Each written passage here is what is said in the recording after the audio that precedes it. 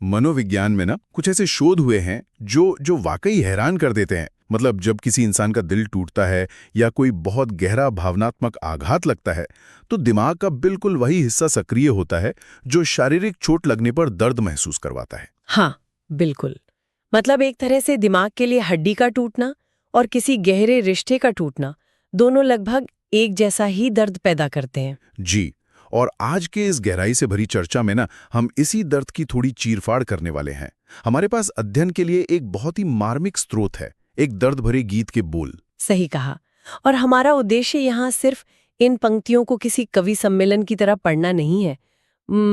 हम इन शब्दों के पीछे जो मनोविज्ञान छिपा है ना, उसे समझने की कोशिश करेंगे। बिल्कुल, हम देखेंगे कि कैसे ये चंद शब्द अकेलेपन, ठहराव और उस अजीब सी मानसिक अवस्था का एकदम सटीक खाका खींचते हैं, जो मतलब किसी अचानक मिले धोखे या वियोग के बाद पैदा होती है। हाँ, और ये विश्लेषण इसलिए भी बहुत जरूरी है क्योंकि अक्सर हमारा समाज इस तरह के संघर्षों को बस एक मामूली उदासी का नाम देकर खारिज कर देता है। तो चलिए इस ढांचे के क्रमरानी की शुरुआत से ही बात करते हैं। श्रुत में जिस पहली स्थिति का जिक्र है वो रात का समय है। पंक्तियां हैं, रातों में तेरी यादें आंसू बनकर आती हैं, खामोश मेरी दुनिया बस तन्हाई गाती है। ये बहुत ही शक्तिशाली पंक्तियां हैं। है ना? अमूमन हमने देखा है कि दुख से जुड़ी ज्यादातर बातें रात के ही इर्द गिर्द घूमती हैं। मुझे लगता है कि ऐसा इसलिए है क्योंकि जब दुनिया बिल्कुल शांत होती है ना, बाहर का कोई शोर नहीं होता, जी, तो उस खालीपन में ऐसा लगता है जैसे हमारी तन्हाई की आवाज सबसे तेज हो गई है। जैसे एक बिल्कुल खाली कमरे में हमारी ही कदमों की आवाज सबसे ज्यादा गूंजती है। देखिए, यहाँ मैं इस विचार से थोड़ी सी असहमत हूँ। अच्छा, ऐसा क्यों? क्योंकि ये बाहरी खामोशी का तन्हाई की आवाज को तेज करना नहीं है, बल्कि ये हमारे मस्तिष्क की जो एक जटिल कार्य प्रणाली है उसका सीधा परिणाम है। दिन के उजारे में क्या होता है कि इंसान का दिमाग हजारों बाहरी चीजों में उलझा रहता है। हाँ, कामकाज हो गया है, लोगों से बातचीत। बिल्कुल, ये सब मस्तिष्क के लिए एक तरह के संवेदी इनपुट यानी बाहरी जानकारी का काम करते हैं। लेकिन रात के समय जब ये सब बंद हो जाता है तो दिमाग अपनी पूरी ऊर्जा उन आंतरिक विचारों की ओर मोड़ देता है जिन्हें दिन भर दबा कर रखा गया था। अरे वाह, मतलब तन्हाई गा नहीं रही है बल्कि दिमाग उस दर्द को पूरी तरह महसूस करने के लिए मजबूर हो गया है। एकदम सही समझे आप। वो दर्द अब छिप नहीं सकता। ये नजरिया तो वाकई सोचने पर मजबूर करता है। और इसी पहली पंक्ति में एक और अजीब बात है, यादों का आंसू बनकर आना। मतलब यादें तो अमूर्त होती है ना, उनका कोई भौतिक रूप तो होता नहीं है। जी हाँ। फिर वे अचानक पानी की बूंदों में कैसे बदल जाती हैं? तो ये मनोविज्ञान में शरीर और मन के बहुत गहरे संबंध को दिखाता है।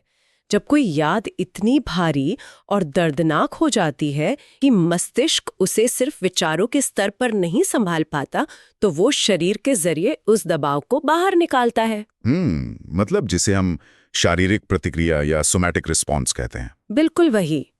अमूर्त याद का ठोस आंसू में बदलना इसी बात का सबूत है कि अंदर का दर्द अब शारीरिक सीमा को पार कर चुका है।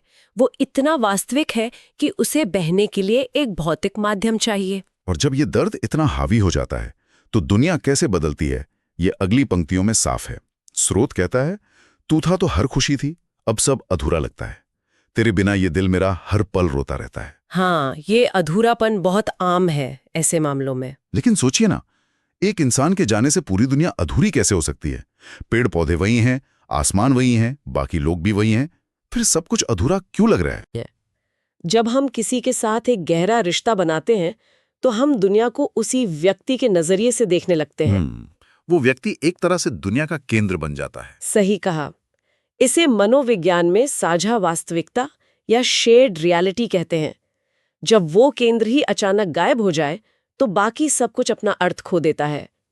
भौतिक रूप से दुनिया भले ही पूरी हो, पर मनोवैज्ञानिक रूप से वो टूट चुकी है। और ये जो साझा वास्तविकता के टूटने की बात है ना, ये हमें सीधे उस मूल घटना पर ले जाती है जिसने ये दर्द पैदा किया। अगर हम गीत के मुखड़े पर ध्यान दें तो वहां बहुत भयानक स्थिति है। हाँ, वो बीच राह वाली बात। बिल्कुल। पंक्तियां हैं, तू छोड़ गया मुझे बीच राह में, अब कौन मेरा सहारा है, दिल टूट गया इस प्यार में, बस दर्द ने मुझे पुकारा है। मैं ऐसे एक ट्रेन यात्रा की तरह देखता हूँ। ट्रेन यात्रा? वो कैसे? मान लीजिए आप किसी के साथ एक लंबी यात्रा पर हैं और अचानक आपका साथी आपको किसी अनजान जगह पर छोड़ दे। दिशा भी गायब हो गई और मंजिल भी। ये रूपक स्थिति की भयावहता को बहुत अच्छे से समझाता है। बीच राह का मतलब सिर्फ